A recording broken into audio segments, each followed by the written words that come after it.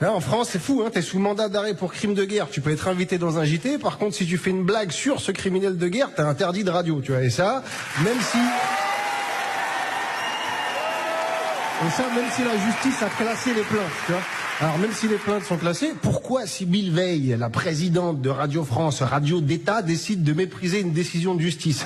Bah après j'ai vu que pendant 3 ans elle avait été conseillère de Nicolas Sarkozy, donc ouais. Non, on est là pour... Elle a appris la magie avec Dumbledore, j'ai envie de dire. Tu vois. Et dans l'intervalle, bah, il faut qu'elle garde son poste, Sybille, alors faut bien se faire voir de l'étage du dessus, en l'occurrence Rachida Dati, ancienne ministre de Sarkozy, encore, putain, ça s'arrête jamais. Bah, lui, même quand tu crois qu'il est parti, il en reste toujours un peu, c'est la punaise de lit de la politique, faut partir.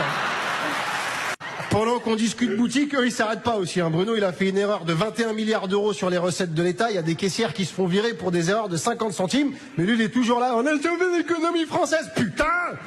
Et Attal, là, le préado qui veut réguler la France alors qu'il régule même pas son propre sébum, qui nous envoie une 54e réforme inutile de l'assurance chômage. C'est bien sûr, tu vas refuser un emploi un jour, ils vont kidnapper ta mère. Macron, là, qui a pas cligné les yeux depuis 2017, complètement perdu, qu'il appelle Netanyahou pour enlever ses chars à Gaza, comme si lui, les blindés qu'il a envoyés en Nouvelle-Calédonie, c'était des voiturettes de golf.